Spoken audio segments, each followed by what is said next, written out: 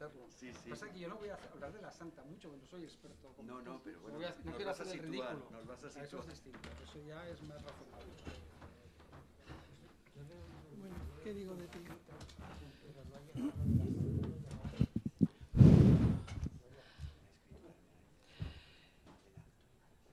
Buenos días, excelentísimo y reverendísimo señor obispo de Ávila, gran canciller de la Universidad Católica Santa Teresa de Jesús, excelentísimos y magníficos rectores, amigos todos.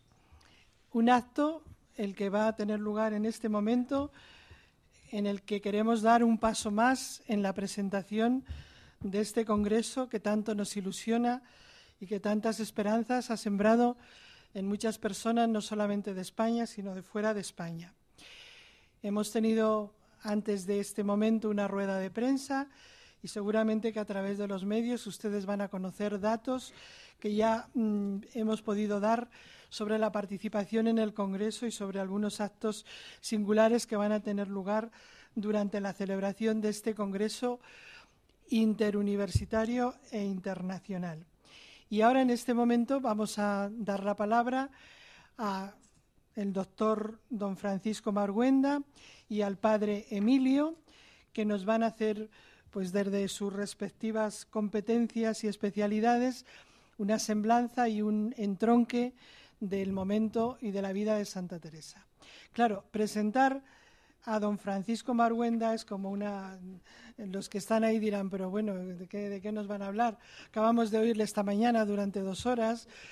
Es una persona que no suele intervenir, es más bien retraído y además discreto, es discreto, políticamente correcto, casi ningún día crea polémica y entonces ahora vienes tú a decirnos qué. Bueno, pues yo simplemente vengo a decir que en un ámbito universitario, en un ámbito académico como esta universidad, don Francisco Marguenda no solamente es director de un periódico, de un gran periódico, sobre todo por la gran identidad que tiene este periódico, por las personas que lo dirigen, que me honro en tener una amistad entrañable con ellos, sino porque es un periódico que mantiene una identidad y que siempre sabes, no te llama nunca a sorpresas. Es director de este periódico, pero además es un académico. Él es doctor en Historia y es doctor en Periodismo, doctor en Derecho y es profesor de la Universidad Rey Juan Carlos. Entonces, en calidad también de académico y de gran especialista en temas de historia, hoy nos va a hablar de un momento histórico en el cual Santa Teresa realiza pues esa obra ingente y esa obra inefable que después de 5 siglos, todavía perdura. Y a continuación hablará el padre Emilio Martínez, que es el vicario general de la Orden de los Carmelitas Descalzos, doctor en Teología por el Instituto Superior de Ciencias Morales de la Universidad Pontificia de Comillas, profesor de Teología en la Universidad Pontificia de Comillas y sobre todo es un gran conferenciante y un conocedor de primera línea de la vida y de la obra de Santa Teresa. Que hoy pueda estar aquí con nosotros se debe a su generosidad, no a las múltiples ocupaciones que tiene y que ha tenido, me consta, que postergar para acompañarnos en esta mañana. Así que, sin más, porque no necesitan más presentación, cedo la palabra al profesor doctor don Francisco Marguenda y a continuación, sin más presentación, tendrá la palabra el padre Emilio Martínez. Muchas gracias. Bueno, lo bueno de tener una presentadora que es amiga como Lidia es que exalta y en exceso, ¿no? Las posibilidades, con lo cual cuando haces el ridículo lo haré con más alegría y ante más amigos, ¿no? Que siempre es bueno, ¿no? Para eso estamos, ¿no? Para hacer el ridículo con amigos, ¿no? Yo efectivamente no soy especialista, ya me gustaría, en la figura de Santa Teresa, ni tampoco creo que sea especialista en nada. Como buen periodista, pues tengo opinión de todo, siempre lo digo en broma, y en lo que es mi otra actividad un poquito poquito más seria es el tema de la historia del derecho, pues tengo también alguna que otra opinión, pero no con gran profundidad. Está aquí mi buen amigo el rector y compañero de la Universidad CEU San Pablo, que él tiene muchísimos más méritos, ¿no? Por tanto, ya le he pedido que sea, como es muy amigo y compañero de escuela, le he pedido que sea generoso conmigo por si hago algún desliz, ¿no? Yo he preparado una intervención que intentaré que sea breve, ¿no? Porque mi tendencia a alargarme ya la conocen de las tertulias, ¿no? Entonces puedo estar hablando horas y horas, ¿no? No, que nadie se asuste, ¿no?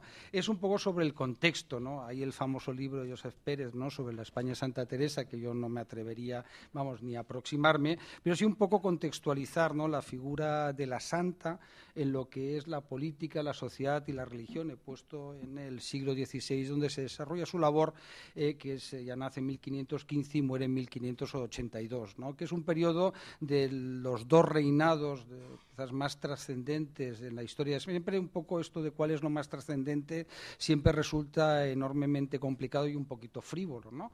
Es como si fuera un equipo de fútbol, ¿cuál te gusta más? Yo que no entiendo de fútbol, ¿no? Pero sí que son dos de los reinados con un antecedente que haré referencia, por supuestísimo, ¿no? Que es el inicio de la profunda reforma religiosa que emprenden los reyes católicos, ¿no? Es decir, la historia de España moderna tiene, por supuesto, en lo que son la figura capital de ambos dos, donde también los historiadores, lo comentaba antes, se dividen entre los fans de Isabel, los fans de Fernando. Yo he de reconocer que soy fan de los dos, ¿no? Me parecen excepcionales, y por supuesto los que son más fan de Isabel hay que recordarles que la reina muere y Fernando en 1516, y de ese periodo extraordinario él solo, ¿no? Hace pues incorporaciones extraordinarias, como ya solamente el caso de Navarra, y ya con eso pues muestra lo que es la grandeza de un reinado, ¿no?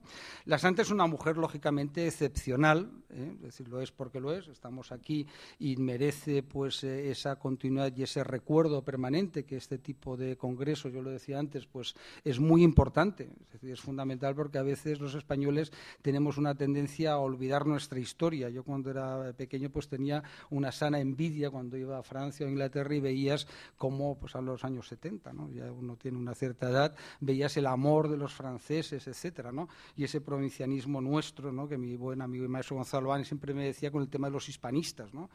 ¿Sabes? Extranjeros, ¿no? Oye, si hay historiadores españoles buenísimos y magníficos, ¿no? Que hacen obras extraordinarias, pero sí que es cierto que realmente hay que mantener pues ese recuerdo permanente, no solo en los religiosos, sino en la figura de la santa, en todo lo que es como gran renovadora, como intelectual, como escritora, es decir, toda esa amplitud que tiene esa figura extraordinaria. Claro, era una mujer de su tiempo, ¿no? Que le correspondió, pues lógicamente, vivir un momento donde el papel de la mujer era un papel de subordinación. Es un dato objetivo, real. Yo que tengo solo hijas, mis hijas siempre pues se quejan, ¿no? Ya tienen más de 20, ¿no? Y entonces son como muy en eso reivindicativas, pero fruto de lo que es la historia. La historia no está para que jugueteemos con ella como si fuera pues una cosa que podamos modificar o utilizar en función de la realidad actual. Pues yo siempre digo que memoria es memoria y no historia, ¿no? Por tanto, ella era mujer y monja en una época en donde la cultura dominante en todos los terrenos, ¿no? Pues era la que ustedes conocen muy bien y estaba en manos de hombres, ¿no? En todos los terrenos, ¿no? Por tanto, su labor se ha dicho acertadamente, vamos, feminista, aunque a mí no me gusta mucho la palabra, no es por desmentir a mi admirada Lidia, ¿no? Pero sí que es cierto de que ella es una mujer que defiende los valores, el papel de la mujer en un momento complicado, ¿no? Luego pertenece a una familia de mercaderes. Yo di una asignatura que se llama Historia del Comercio, ¿no? Donde ves cómo la evolución de la figura del comerciante, del mercader, siempre ha estado bastante devaluada. Es decir, que es una figura que realmente, pues salvo las excepciones de grandes figuras, ¿no? Pues el comerciante no forma en la sociedad estamental, no tiene un papel socialmente relevante, ¿no? Es aquella anécdota, ¿no? De un gran comerciante, que era el hombre más rico de Francia, con Luis XI, ¿no? Y que él quería ser noble, y entonces él cenaba con el rey habitualmente, y entonces cuando se convirtió lo hizo noble finalmente, el rey cansado dejó de invitarlo a cenar, y un buen día se lo encuentra y dice: señor, pero ya no me llamáis. Digo: claro, es que yo antes llamaba al mercader más rico de Francia, ¿no? El burgués más rico. Claro, ahora vos sois el más pequeño de mis nobles, o tú eres, no va a ser más exacto, ¿no? Entonces, claro, no podía ya invitarle, ¿no? Por lo tanto, ella es de una familia de mercaderes, ¿no?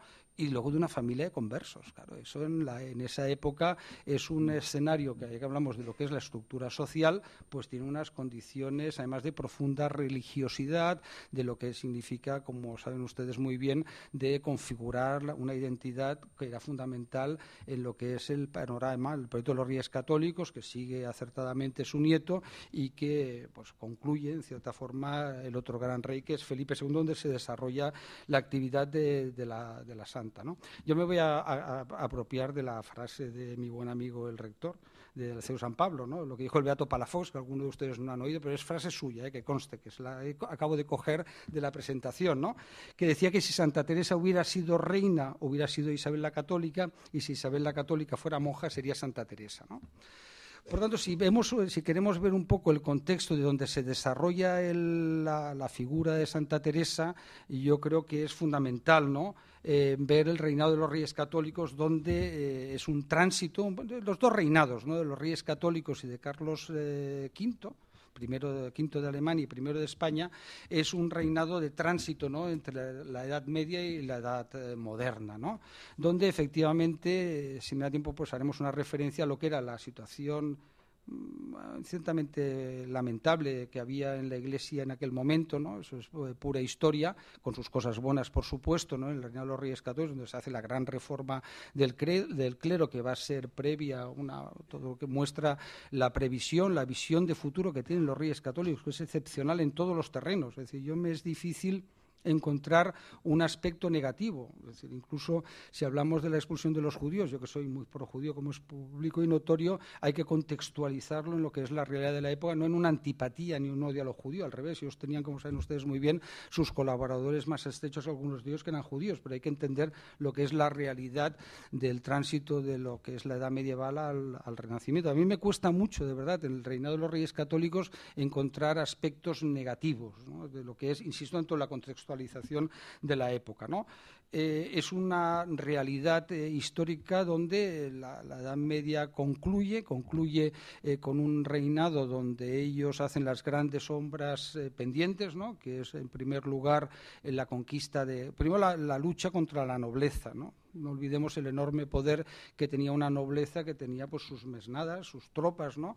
Y pues ponían en jaque las guerras civiles que se desarrollan en Castilla, que además no son diferentes de las que se producen, por ejemplo, la guerra de los varones en Inglaterra. Es decir, la lucha del poder real o la lucha en Francia pues frente al duque de Borgoña, o miembro, como saben muy bien, de la Casa de Valois, ¿no? Miembro del mismo tronco, ¿no? Una rama menor, ¿no? Donde es la lucha entre el poder real, un poder que está emergiendo, frente a unos poderes territoriales de grandes señores, ¿no? Ese es el contexto, ¿no? Donde pues en todos esos territorios, en la Francia va a ser Luis XI, Valois, el que consigue pues el control y el poder, ¿no? Concluye la Guerra de los 100 años y la monarquía sale fortalecida. En España van a ser los Reyes Católicos, que realmente luego pues tenemos la continuidad, por supuesto, con Carlos y con Felipe, ¿no? En Inglaterra es la dinastía Tudor con Enrique VII quien consigue pues hacer con el control del poder, y donde se hace luego efectivamente su hijo Enrique VIII, todos conocido, o su nieta Isabel, la reina virgen, son los que dan la identidad que vemos de lo que es la Inglaterra moderna, ¿no? Y aquí son los Reyes Católicos, ¿no? Entonces es una España fascinante que no existe como tal, que simplemente son una serie de reinos cristianos que, si visualizamos un reino de Castilla que es casi toda España, excepto Aragón, la corona de Aragón, que es Aragón, los condados catalanes, es decir, encabezados por Barcelona, en Valencia, Mallorca y los territorios, como conocen, italianos. Eso es lo que es. Y luego Navarra, que está mirando permanente a Francia porque ha quedado, como saben, encerrada, ¿no? Entonces ya desde hace mucho tiempo. Lo mismo que le pasa a Portugal. Por eso Portugal se expande hacia África y hacia India, porque su salida natural, que es la Reconquista, ya ha concluido. Por tanto, los Reyes Católicos tienen esa fascinación, concluyen la Reconquista. A mí me gusta siempre decir Reconquista. Hay un historiador que habla de lo que hablan, no, es una reconquista. Es decir, España había sido conquistada por los musulmanes, la religión, no hubo esa convivencia de tres culturas, como se dice a veces, ¿no? Entonces ahí tenemos que efectivamente ellos consiguen acabar con el reducto musulmán que era el reino nazarí de Granada, acaban con él. Consiguen, ya muerta la reina, pues la ocupación de Navarra y la incorporación, por cierto, de la corona de Castilla. El Nuevo Mundo, eso es impresionante, es una España que de golpe sale de la Edad Media de estar luchando con los moros y ahí medio olvidada a ser la España que abre el puente al Nuevo Mundo, ¿no? Yo siempre en clase digo, sí, hombre, sí, a lo mejor los vikingos llegaron, no lo sé, o los extraterrestres, ¿no? Pero quien abre el Nuevo Mundo se llama Cristóbal Colón, punto. Ahí no hay discusión, hasta ese momento no existía para Europa. Eso es un dato objetivo, ¿no? Entonces Europa, de ser una Europa mediterránea, pasa a ser una Europa atlántica y mundial. Es decir, eso lo hace un señor llamado Cristóbal Colón, que no era catalán, por cierto, sino genovés, como ya resolvió hace muchos años Ballesteros, ¿no? El otro día me decían de un libro que han sacado donde vuelven otra vez a la pesadez de que Cristóbal Colón era catalán, ¿no? ¿Sabes? Pues debía ser de Mozambique, yo qué sé, vamos, pero Ballesteros ya lo resolvió de forma brillante, ¿no? Por tanto, consiguen los reyes católicos lo que es la reforma del reino, lo hacen de una forma brillante, la famosa control de las órdenes militares, que eran muy ricas y poderosas, la cabalgada famosa de la reina católica durante 3 días hasta Uclés, donde estaba reunido la Orden de Santiago, para que vean cómo era una mujer en aquella época, es decir, con fuerza y valor, ¿no? Es decir, van a elegir al gran maestro de la Orden de Santiago, llega ahí allí y dice, no, va a ser mi marido. Fernando, y ya está, y acaba el problema. Y dice, y además, y las siguientes órdenes, Calatrava, tal, también va a ser mi marido. Y finalmente el Papa establece una bula donde las órdenes militares pasan a estar controladas, como es normal, vamos, no podía haber un reino dentro del reino, ¿no? Que es un poco lo que hacen los reyes católicos, ¿no? Pero, por cierto, embarazada, además, cabalgó 3 días enteros embarazada para impedir que los caballeros de Santiago eligieran a quien ellos quisieran, no, que eligieran a quien la reina, como es normal, quería, ¿no? Los reyes católicos, por tanto, van a hacer toda una serie de medidas de reformas en el tema militar, ¿no? Es el salto de las mesnadas, de los ejércitos no profesionales a un ejército profesional, es decir, donde realmente pues, la utilización de la artillería, la ingeniería, es decir, esto una transformación realmente espectacular de lo que representa, ¿no? Pero también es un momento de hacer frente al enorme problema religioso que existe, ¿no? Es decir, existe un clero absentista. Es decir, hay varios problemas que se plantean en aquel momento de enorme trascendencia, ¿no? Que no es un tema, pues yo creo que hay que hacer una visión del tema objetivo, ¿no? Existe un clero, lógicamente, que sí que cumple, pero hay mucho clero que no cumple. Hay lo que se llaman cazadores de beneficios, es decir, sacerdotes que lo que buscan es acumular prebendas, etcétera. Existen problemas en los monasterios, tanto de hombres como de mujeres. En los monasterios de mujeres se han generado grupos, ¿no? Donde las mujeres distintas de la misma clase o la misma familia pues comen, cocinan, incluso hacen sus tareas en ese ámbito de sus celdas sin relacionarse con el resto. Los conventos femeninos se convierten en un tránsito de hombres en el buen sentido o en el mal sentido, ¿no? Que entran y salen, de mujeres, la clausura no se respeta, es decir, eso es en lo que hace conventos de mujeres de una situación grave, lógicamente aparte con los conventos de hombres lo mismo, se genera pues escándalo en lo que es las poblaciones, en lo que hace referencia al clero a los obispos. No olvidemos que el sacerdote pues lógicamente es mantenido por la Iglesia. Entonces eso se hacía por medio de beneficios, de privilegios, etcétera, que han ido siendo pervertidos en ese periodo final de la Edad Media. Y además hay un problema de nombramiento de obispos. Los obispos, como hay una pugna entre lo que es la corona y lo que es Roma, de ver quién tiene que nombrar, y Roma los nombra. Entonces, claro, Roma, las provisiones de los obispados ricos españoles, si venían extranjeros, el dinero se iba fuera. Entonces, claro, los reyes católicos, dentro de su obra reformista, necesitan controlar las instituciones, las cortes las controlan, necesitan controlar la nobleza, la controlan, la acaban controlando, vamos, no es de un día para otro, y necesitan que la Iglesia esté formada, como está ahora, por clérigos ejemplares, que los obispos sean ejemplo y modelo para sus conciudadanos, ¿no? Que no haya amancebamientos, que no haya ningún tipo de práctica, y luego que sean españoles, para que tengan esa vinculación que finalmente, para no alargarme, se acabará consiguiendo. Es decir, por eso digo que la obra reformista de Santa Teresa hay que enmarcarla en todo ese proceso de reforma que va desde los reyes católicos. Fíjense ustedes, la idea es clara, que tienen ese matrimonio ejemplar desde el primer día que asumen la corona, bueno, la guerra civil, que me he saltado, pero ya lo saben, para no alargarme, porque ya es la tendencia, hasta que su hijo, en unas cosas era su nieto, Carlos V, y en otras Felipe II, que concluirán el proceso de reforma profunda de la Iglesia católica, que pasará a ser, pues insisto, ejemplar. Ellos necesitan una Iglesia que sirva a los intereses de España, no que sea una Iglesia donde pues había, me parece recordar que hubo como 40 nombramientos de cardenales o prelados de fuera de lo que era la Iglesia española para los 30 y pico obispados que había, no era necesario. Había hasta curas bandoleros, una cosa realmente, ya sé que ahora nos puede parecer asombroso, insisto, para que quede claro, al lado de curas y de sacerdotes realmente ejemplares, ¿no? Es decir, no cuando se generaliza, pero todo eso está muy documentado, muy estudiado, no es mi especialidad, pero sí que ahí es. Entonces ahí se hace una reforma de enorme profundidad, donde la Iglesia pasa a formar parte de lo que es una reforma general del Estado español, ¿no? La santa nace en el reinado de Carlos V, ¿no?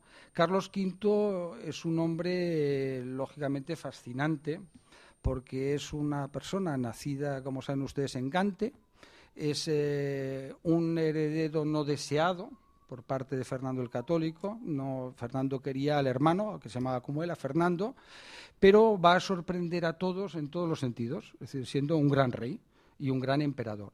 Y digo expresamente gran rey y gran emperador porque son dos cargos que tiene. Rey, en el sentido amplio, son varios reinos, ¿no? No pensemos que no es como ahora, que decimos rey de España. Entonces, en aquel momento la monarquía hispánica estaba compuesta por unidades distintas, ¿no? De distinto tamaño e importancia, porque todas ellas tenían soberanía, estaban unidas por la figura de un rey. Es decir, por eso siempre hay el dato, a veces cuando se habla del tema de Juana, su madre, Juana la loca, que yo siempre digo, si es que estaba loca, de verdad, tenía momentos de lucidez, pero no hay ninguna duda, no es que su padre no la quisiera, su marido o su nieto, sino es que estaba mal, es decir, antes lo hablábamos, en un único momento un momento de lucidez, tuvo más, ¿no? Cuando los comuneros van a pedirle que les apoye, y ella dice que no, que el rey es su hijo Carlos y punto, ¿no? Y ahí se acaba, afortunadamente, si no eso hubiera acabado fatal. Pero de hecho ella es la reina propietaria de Castilla, reina de Aragón. Es decir, claro, es que es un tema constitucionalmente muy interesante, porque si se fijan, hasta que no muere la reina no abdica Carlos. Es decir, es un dato histórico. La reina muere y abdica al cabo de muy poquitos meses, un emperador agotado, cansado, es decir, viajero, que además había perdido, como saben ustedes, hacía mucho tiempo, la emperatriz Isabel, su gran amor, ¿no? Es decir, que realmente es una situación. Y ahí tenemos la figura, por tanto, de un gran rey, y en ese contexto de Carlos V se va a desarrollar la vida de la santa en una sociedad en tránsito, donde pasa de la Edad Media a la Edad Moderna, donde hay flujos de oro que llegan de Indias, pero que se van yendo, se van drenando, ¿no? Para hacer frente a lo que es la expansión de un gran imperio, ¿no?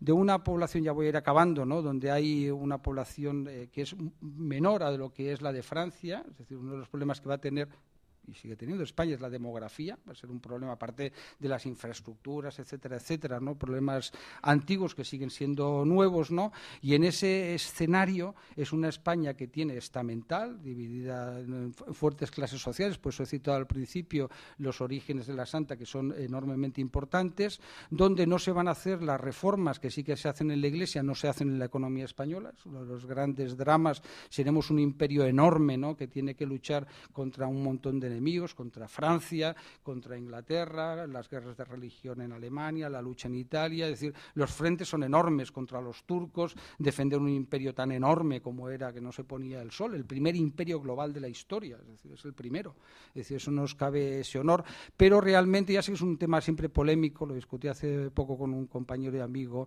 de Juan Carlos y mío, ¿no? Donde él realmente, pues hablábamos de esto, ¿no? De la decadencia española, pues comienza en el momento en que ya se empieza a ver su debilidad totalidad, ¿no? Que la santa va a ver la plenitud del imperio, ¿no? Pero ya con la muerte de la santa, no porque tenga nada que ver, por supuesto, ¿no? Pero la muerte ya de Felipe II, ya vemos que el imperio empieza a mostrar sus debilidades. La Armada Invencible sigue siendo un imperio poderosísimo, el mayor imperio, con Felipe III y Felipe IV, pero ahí se muestran las enormes debilidades que tiene ese imperio, ¿no?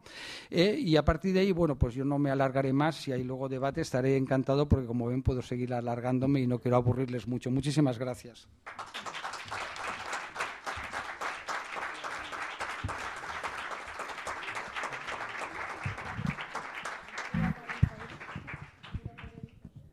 Es igual, ya hablo aquí. Gracias. Bien, pues muchas gracias y muchas gracias a don Francisco por esta magistral intervención, y magistral en el sentido auténtico de la palabra, no es un elogio barato, ¿no? Magistral porque es la intervención de un maestro. Da gusto escucharle porque uno se siente rejuvenecer, siente que vuelve a las aulas y escucha el discurso de un profesor, un discurso ligero, ameno, suelto y no por ello pues cargado de profundidad. Da gusto escuchar a un maestro. Bien, Santa Teresa y la universidad. ¿Qué puede decir Santa Teresa a la universidad? Una mujer situada en el tiempo que, como digo, don Francisco nos ha encuadrado de manera tan clara y tan didáctica. Cualquier acercamiento a la figura de Santa Teresa no puede obviar que ella, y lo confiesa con espontaneidad en muchos pasos de sus obras, siempre fue amiga de letras, de libros y de letrados. Ahí tenemos el testimonio que ella da, por ejemplo, en el libro de la vida, en el capítulo 5. Fue en su familia donde aprendió a gustar de la cultura, de las lecturas. De la mano de su madre se va a aficionar a los libros de caballerías, que, como saben ustedes, al menos por la burla que de ellas hace Cervantes en El Quijote, todos lo sabemos, eran novelas un tanto frívolas, llenas de historias poco pícaras y también de romances. Ella misma, con el pasar de los años, llegará a juzgar esta afición como un auténtico vicio, una obsesión. Era tan en extremo lo que en esto me embebía, que si no tenía libro nuevo, no me parecía tenía contento. Confiesa en el libro de la vida. Y a tal punto llega esa pasión que, según testimonian su amigo y compañero en la Reforma, Fray Jerónimo Gracián, y el padre Rivera, uno de sus primeros biógrafos, llegó a escribir una novela de caballerías que, desgraciadamente, o gracias a Dios, se ha perdido. De su padre heredará también el gusto por los libros, pero esos que ella ya distingue y llama buenos libros. Tratados espirituales, escritos en romance, es decir, en lengua castellana. Ella conservará la costumbre de leer, mientras le dejen, durante muchos años. Desgraciadamente, el índice, famoso, tristemente famoso índice de libros prohibidos, pondrá coto a muchas de sus lecturas. Y me dirán ustedes, bueno, ¿y esto qué tiene que ver? ¿Esto en qué nos sorprende? Pues algo ha apuntado ya don Francisco. En el siglo XVI, y el dato es del prestigioso historiador ya fallecido Manuel Fernández Álvarez, el analfabetismo rondaba el 80 u 85% de la población, y las mujeres lectoras, aparte de ser muchas menos, eran muy mal vistas. Y, por supuesto, se les desaconsejaba que leyesen la Biblia, de la que debía apartársela, si fuese necesario, con cuchillo de fuego, en palabras de Melchor Cano. Mujer que supo latín nunca tuvo buen fin, rezaba el dicho popular. Y el mismo Fray Luis de León, las quejas a él, señoras y señoritas, no a mí, se despachaba con frases de este calibre. La mujer de su cosecha dice flaqueza y mudanza, y liviandad y vileza y poco ser. O también, de su natural es flaca y deleznable más que ningún otro animal. Seguro que no conocía esa cabalgada de 3 días de Isabel la Católica. Y de su costumbre e ingenio, una cosa quebradiza y melindrosa. Con razón afirma que no conoció personalmente a la Madre Teresa de Jesús un poco más adelante. Y termina así: la naturaleza no las creó para el estudio de la ciencia. Gracias a Dios, en esta sala tenemos bastantes ejemplos que desmienten categóricamente a Fray Luis de León. A tal extremo llegaban las cosas que el biógrafo de una famosa carmelita descalza del monasterio de Medina del Campo, Catalina de Cristo, se deshacía en alabanzas al padre de esta religiosa porque había impedido a sus hijas no solo leer y escribir, es decir, las había criado analfabetas, sino también porque les había prohibido escuchar sermones, no fuera a ser que el demonio entrase en su casa y convirtiera a sus hijas en unas herejes o en unas alumbradas a fuerza de leer o a fuerza siquiera de escuchar un sermón. No será así en el hogar de Teresa, un hogar que ella misma describe como de padres virtuosos. Como queda dicho, ella tenía acceso libre a la lectura desde los 6 o 7 años, por confesión propia lo sabemos, al principio del libro de la vida. Sus padres se habían preocupado de que no fuese analfabeta, influye en ello su condición de conversos, es decir, el provenir de la raza hebrea, puede ser. Y ya fuera en la familia o con la ayuda de algún preceptor en su propia casa, le habían enseñado las primeras letras. Por cierto, con hermosa caligrafía, y aquí tenemos el honor de contar con doña Asunción Aguirrezábal, que me contradirá si miento. Ella conoce muy bien los manuscritos teresianos, no en vano ha ayudado a su publicación en facsímil al padre Tomás Álvarez. Teresa escribe en letra humanística, cursiva corriente, elegante y muy personal, con trazas firmes, con escasísimas tachas. De tachar sus escritos ya se encargarán los censores, no se preocupen, delimitando bien la caja de escritura, a veces tiende a subir un poquito, y usando generalmente solo las mayúsculas para la primera letra de los capítulos, bien ribeteadas y adornadas. No miento, ¿verdad? Sus padres o sus preceptores se valieron casi con total seguridad de abecedarios y silabarios, que estaban bastante extendidos en la época, así como de los llamados libros de doctrinas o simplemente doctrinas. Todos ellos, particularmente los últimos, contenían poesías y canciones que explicaban de modo sencillo los elementos esenciales de la doctrina cristiana a los niños, al tiempo que les ejercitaban en el uso de la memoria y facilitaban a sus maestros la enseñanza de la lectura y la escritura. Ya monja, abandonados naturalmente los libros de caballerías, proseguirá su lectura afanosa de cuanto buen libro llega a sus manos. Los primeros martirologios y Flor Santorum, que ha tenido de niña en sus manos, aquellos que la habían empujado junto a su hermano Rodrigo a buscar el martirio en tierra de moros, por desgracia, y quiero hacer un recuerdo a nuestros hermanos cristianos perseguidos, hoy le hubiera resultado más fácil. O también los libros, estos mismos libros la llevaban a querer convertirse en ermitaña en el jardín de su casa, procurando, como podíamos, ella y su hermano, hacer ermitas, poniendo unas piedrecillas que luego, enseguida, se nos caían, y así no hallábamos remedio en nada para nuestro deseo.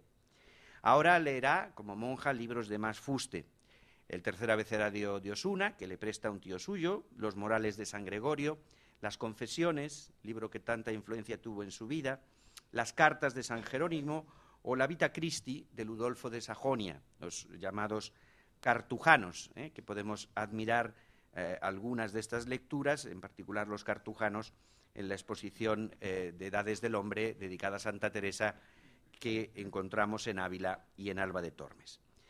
Los libros, compañeros impagables e imprescindibles también en sus primeros años de vida religiosa, como apunté antes, les serán pronto vetados. El índice retira de la circulación buena parte de los títulos más queridos por Santa Teresa, como las obras de Fray Luis de Granada, por ejemplo. Pero sabemos que la providencia divina se valdrá del hecho. Yo te daré el libro vivo, dice el Señor. Teresa tampoco aquí será conformista, ni siquiera en tiempos de vetos a la cultura, a la lectura, se detendrá en su afán por el conocimiento. Hemos bien menester monjas de talento, escribe a una priora a la hora de recomendarle la admisión de una candidata. Y es que a Teresa le gustaba, en la medida de lo posible, controlar, en esto se parece un poco a la reina Isabel, también al rey Fernando, de quien nos hablaba don Francisco, para llevar a buen cabo, a buen fin la obra buena. A veces, por desgracia, aunque este discurso no suena muy bien, voy a ser políticamente incorrecto, es necesario controlar. Bueno, pues Teresa va a controlar a sus prioras, a las que quiere y a las que confía, pero va a estar muy encima de ella, sobre todo en el asunto tan importante del discernimiento vocacional, porque en casa pequeña no se soporta fácilmente la presencia de monjas sin cabeza. Lo que quiere ella son monjas de talento. Tuvo que cambiar sus criterios, como en tantas otras cosas, con el pasar del tiempo y de las circunstancias a las que tan hábilmente sabía adaptarse. Teresa no era de esas personas que se levantan y se acuestan con las mismas convicciones, sabía cambiar en lo necesario. Pero sus exigencias, por lo general, eran firmes y muy altas. Las conocemos por confesión propia, a través de la lectura de Camino de Perfección, de las Constituciones y también del modo de visitar conventos, que era una especie de manual de ayuda a los visitadores de monasterios de descalzas. No fueran los frailes a desarreglar lo que ella con tanto empeño había construido.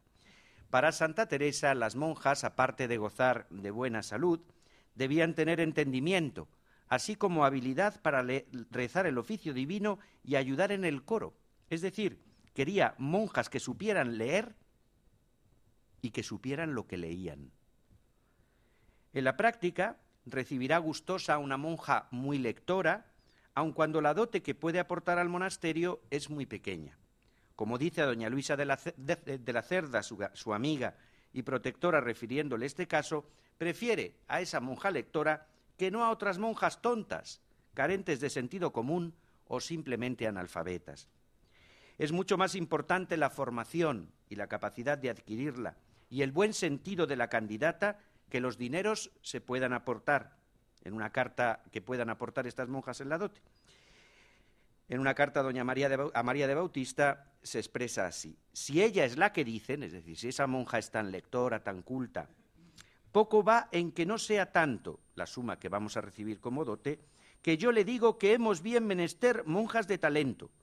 Crea que lo tuviere, que lo traerá, y ya sabe que si las monjas son muy para nosotras, que no hemos de mirar tanto en el dote. Fíjense la frase porque tiene su miga. Crea que lo tuviere, que lo traerá. No solo que traerá con ella el talento, sino que es una inyección de talento que va a favorecer a toda la comunidad. Y por lo tanto conviene, aunque por dote no pueda aportar mucho dinero al convento. Monjas formadas que deben continuar su formación en el monasterio, por lo que solicita a las prioras que nunca falten en ellos buenos libros, a los que las monjas puedan acudir para ayudarse en el camino de la oración. Tenéis libros tales, afirmará en el Camino de Perfección, y así lo exigirá en las Constituciones. Tenga cuenta la priora con que haya buenos libros, en especial cartujanos, Flos Santorum, porque es en parte tan necesario este mantenimiento para el alma como el comer para el cuerpo. No es extraño que a la estela de la Madre Teresa muchas hijas suyas se convirtieran en maestras y escritoras de lo espiritual. María de San José tiene escritos deliciosos, Ana de Jesús, también Ana de San Bartolomé, que entra analfabeta en el convento, es enfermera de la Santa y ésta, al conocer y ver su buen sentido, su buena cabeza, se empeña en hacerla leer y en enseñarla a escribir. Y llegará a ser también una gran escritora que, curiosamente, imita prácticamente la caligrafía de la madre, ¿no? Es muy hermoso ver los manuscritos de Ana de San Bartolomé y ver que la letra es prácticamente idéntica a la de Santa Teresa. Y más adelante, otras grandes figuras de la literatura, como Cecilia del Nacimiento o Ana de la Trinidad. Con sus frailes, pues prácticamente lo mismo.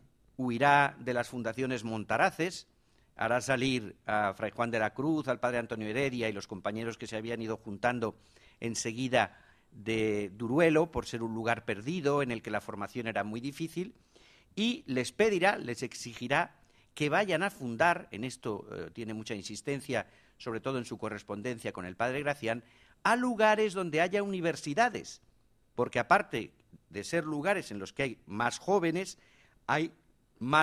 formados. Por ejemplo, Jerónimo Gracián estudia en la Universidad de Alcalá y es desde allí desde donde va a entrar en el Carmelo. Y una gran figura, como el padre Tomás de Jesús, figura importantísima para el Carmelo Descalzo y también para la historia de la Iglesia, está entre los fundadores de Propaganda Fide, un hombre que practicó tanto el retiro, él es también fundador del desierto de las Batuecas, es decir, la vida contemplativa como la vida activa, la misión. Pues bien, Tomás de Jesús era un estudiante en Salamanca, acude al convento de los Carmelitas, que están allí, en Ciudad Universitaria, por voluntad de Teresa, pide el libro de la vida, lo lee prácticamente de una sentada y decide entrar en la Reforma teresiana. Pero de todos los libros, como he dicho antes, que Teresa leyó, no cabe la menor duda de que es del libro vivo, Cristo Jesús, del que más aprendió. En un momento clave de su vida humana y espiritual, es el mismo Señor el que la toma de la mano y la introduce en un vasto campo pleno de sabiduría, la experiencia de su humanidad.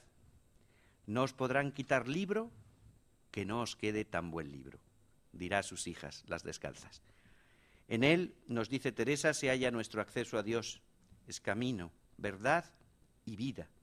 Y solo podemos participar en la vida de la Trinidad si accedemos a ella a través de él, que es nuestro ejemplo, que es nuestra meta, nuestro camino y también nuestra morada.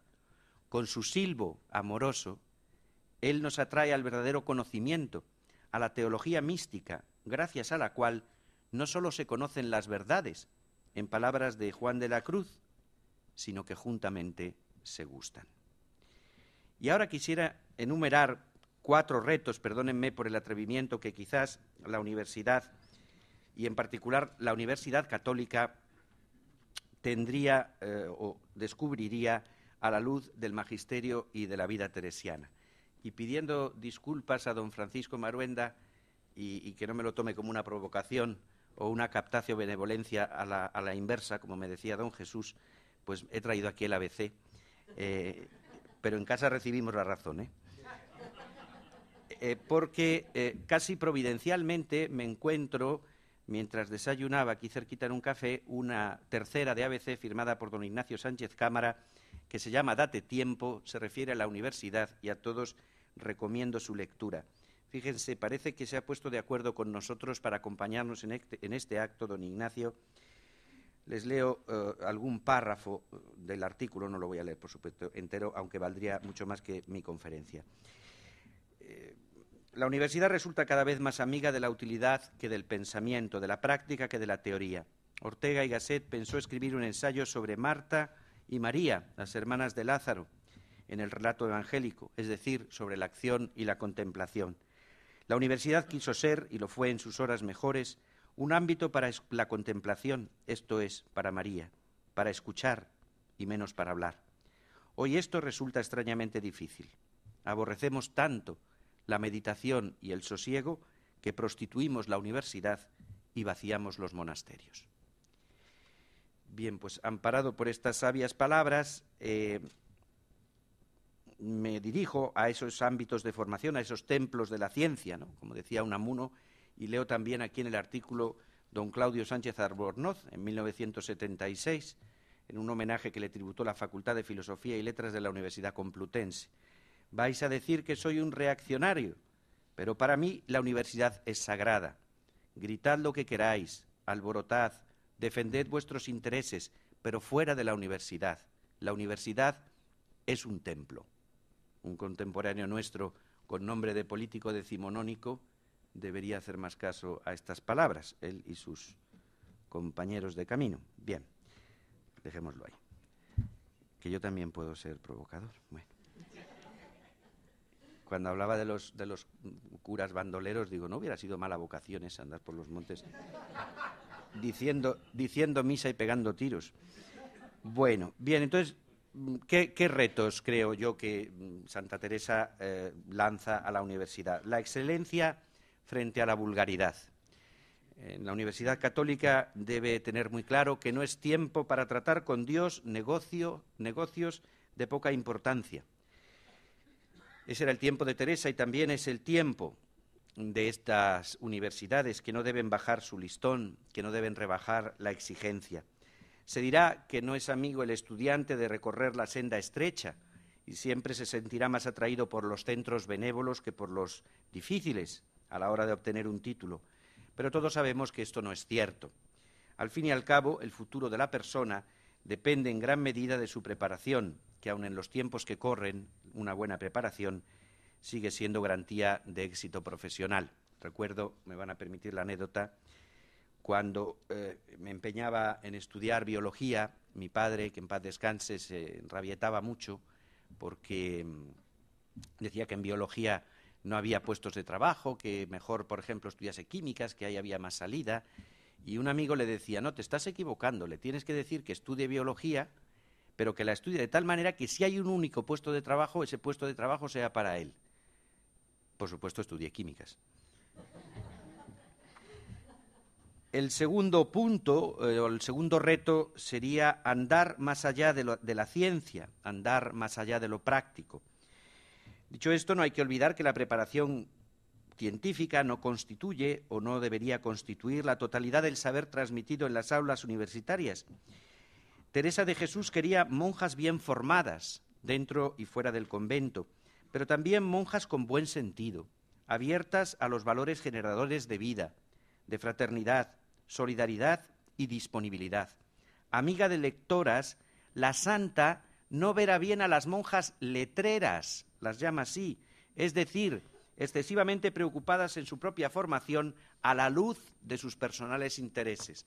La universidad es, o debería ser, escuela en la que se aprende, escuela en la que se sabe para servir, para poner lo aprendido a disposición de los otros, no simplemente para abrirse un camino con éxito en la sociedad. Y en esto me alegro mucho de coincidir con este maestro al que antes he citado. Tercero, el cuidado de las raíces. Un famoso rector de la Universidad Complutense de Madrid dijo hace tiempo que se conformaba con que los alumnos llegasen a sus facultades sabiendo leer y escribir. Más allá de lo ingenioso y atinado, por desgracia, de la frase, ella nos pone frente a la opción teresiana por las letras, por la escritura y la lectura, no solamente como ejercicios en sí mismos, sino como ámbitos que facilitan a la persona la capacidad para abrirse al saber, en el sentido más amplio de la palabra, para descubrir nuevas realidades, para crecer en su visión de la vida, que es pluriforme. Además, leer y escribir bien no es un lujo, es una necesidad que ha de cultivarse cada día. También dice don Ignacio que quién sabe hoy lo que es un lápiz. Me ha alegrado mucho ver que don Francisco tenía una subera. Yo soy de esas personas que no saben vivir sin un bolígrafo o un lápiz a su mano. Somos especie ya protegida, más que el lince. Bien, no basta con acumular datos y definiciones. Hay que ser, como se dice ahora, voy a usar una palabra que me disgusta, proactivos en el cuidado de la formación. Y la universidad debería estimular a los alumnos a emprender cada día el viaje de la lectura y la escritura, a gozar del placer de deshojar un libro, aunque solo sea para olerlo. Hay pocos placeres mayores que oler un libro nuevo. O ponerse delante de un cuaderno con las hojas en blanco, sabiendo que esconde una aventura. Y finalmente, determinada determinación. Voy a decir unas palabras que espero que ninguno de los rectores aquí presente se dé por aludido. Sería para mí una gran alegría. Pero cuán fácil es, por desgracia, que la Universidad Católica pueda perder su norte. Acuciadas por problemas económicos o acomplejadas frente a los centros laicos, algunas universidades católicas no cuidan eso que podríamos llamar su ideario. Ocurre también en la escuela católica. No se trata de constituirse en un gueto o en una comunidad de perfectos, pero sí de conservar una serie de valores en el profesorado que constituye las diversas facultades y de presentar a los alumnos un programa que, yendo más allá de los temarios prescritos, de los contenidos que, por supuesto, se deben cumplir, proponga un auténtico encuentro con el libro vivo, con Cristo Señor, sin proselitismos, sin selección de candidatos atendiendo a sus convicciones religiosas, sino al estilo de Jesús, que es también el estilo de Teresa. Venid y veréis. ¿Por qué María de San José decide entrar Carmelita descalza? Por el trato que recibía en los locutorios de las monjas. La llaman al locutorio, hablan con ella y ella dice, aquí da gusto vivir. Entre esta gente da gusto consumir la existencia y la vida. Una mujer formada y formadora, Teresa de Jesús, amiga de letras. Ella, teniendo a su disposición muchísimos menos medios de aquellos con los que contamos ahora, se determinó a hacer lo poquito que en ella había para servir a Dios y a la Iglesia. que esa convicción sea también la de las universidades y en particularmente la de las universidades católicas. Dice don Ignacio que hablar de universidad cristiana es un pleonasmo. Haced todo lo posible para que vuestra labor sea también un servicio para la extensión del reino, como lo fue la vida de Teresa. Muchas gracias.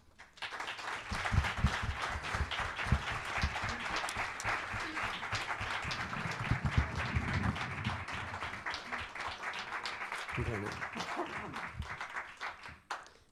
es evidente que si el Congreso Internacional e Interuniversitario de este verano es una prolongación de esta presentación, sin duda ninguna que tendrá un éxito extraordinario, ¿no? Porque además de ser interesante y de ser vivo, pues entraremos a fondo en determinadas cuestiones. ¿Sí? He anotado muchas cosas aquí, también nos parecemos en cuanto al bolígrafo y al papel en blanco, sobre los curas bandoleros. Y es que andan por los montes pegando tiros. Y es que el Papa ahora efectivamente nos está diciendo que nos vayamos a las periferias. No sé si los montes pues tienen que ver algo con las periferias, ¿no? Desde luego lo que no tiene que ver nada son los trabucos, ¿no?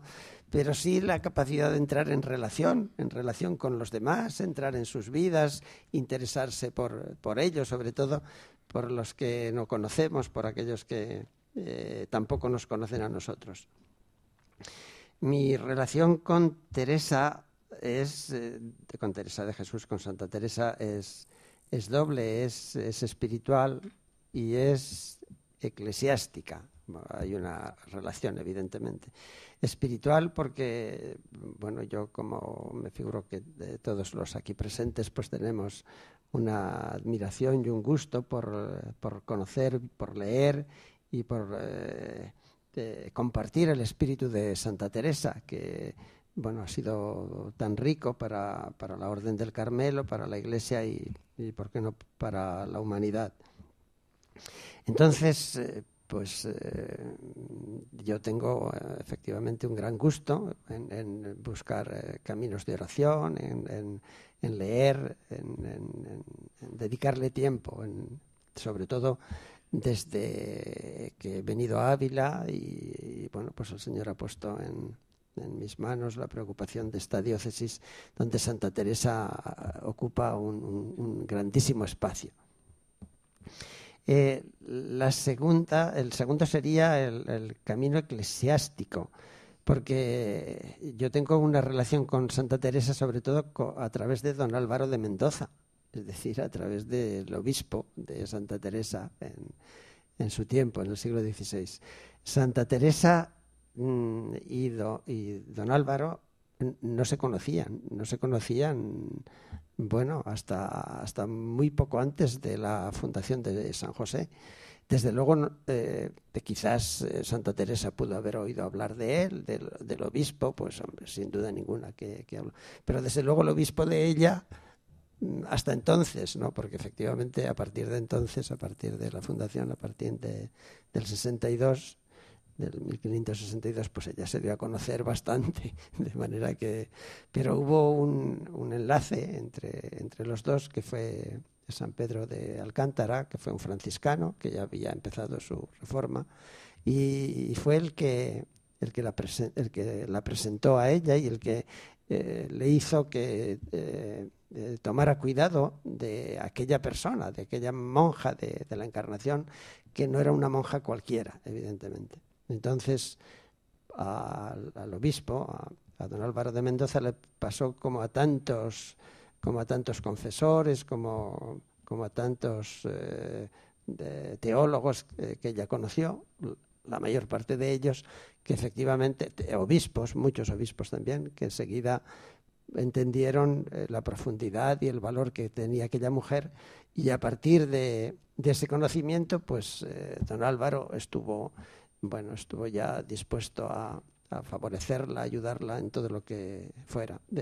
Ella tomó una gran relación con la familia, con su hermana, con la hermana del obispo, de doña María, Y él, bueno, pues le facilitó la fundación de Medina, en primer lugar, pero sobre todo la de Palencia, que fue prácticamente, ya era obispo de Palencia, don Álvaro de Mendoza, y prácticamente que, bueno, se sintió obligada. Bueno, para hacer una fundación, Santa Teresa no necesitaba demasiada obligación, estaba dispuesta a hacer cualquier sacrificio hasta la muerte.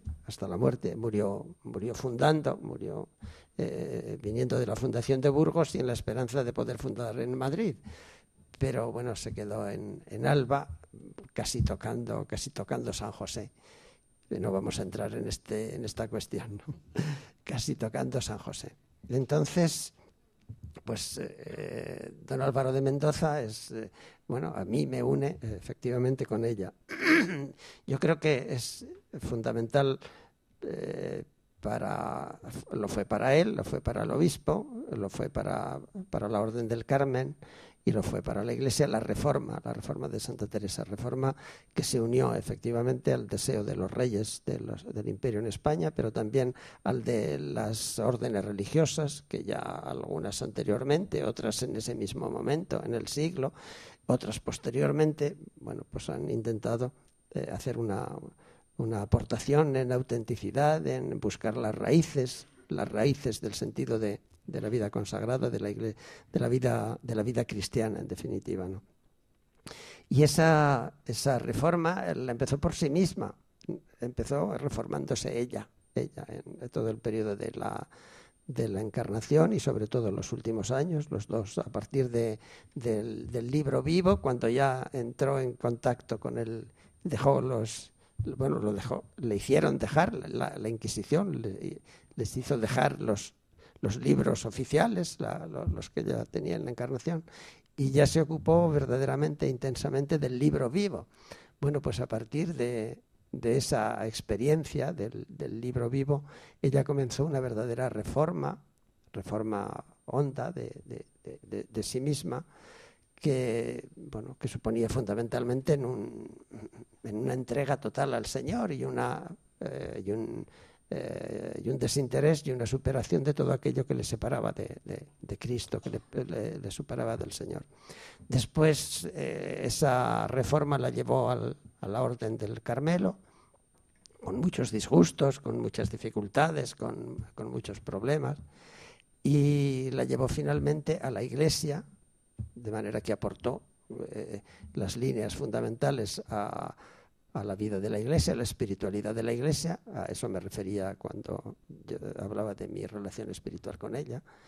Y yo en este año he propuesto para la diócesis de Ávila como 4 líneas de reforma en la que ella trató, fundamentalmente de buscar una mayor autenticidad evangélica, que ese era el fondo de la cuestión, y que era la oración, el encuentro con el Señor, el encuentro vivo, la experiencia viva del encuentro con el Señor, que hacía una forma nueva de vida.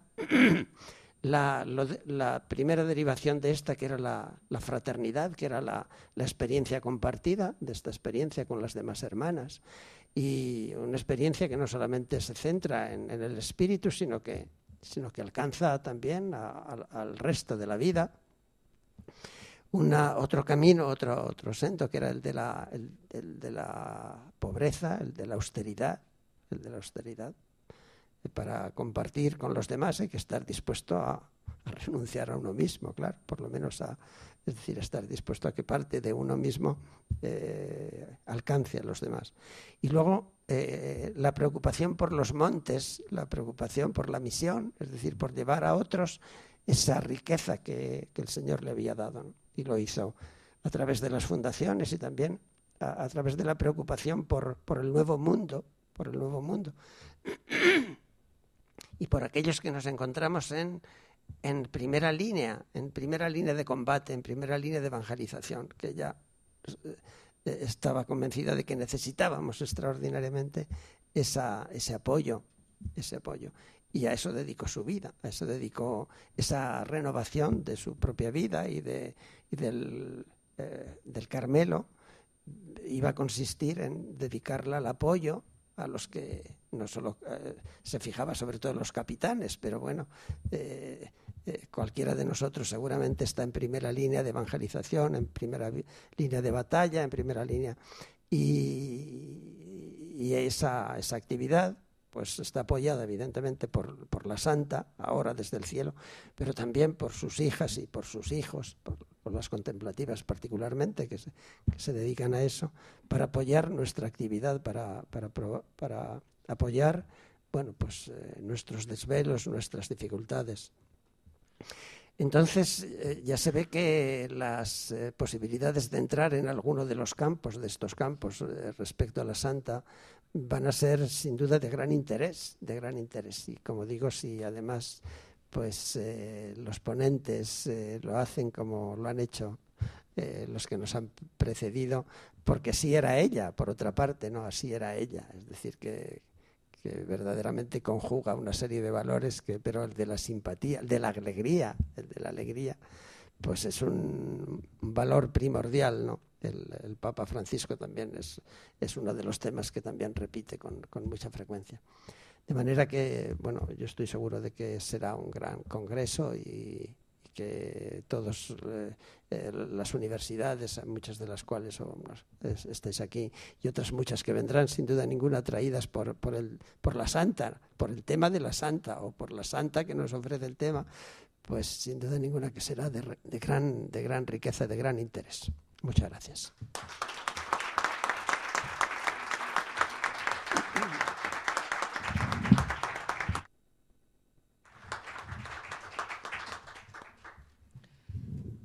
¿Tienen ustedes alguna pregunta? ¿O damos por concluida la sesión?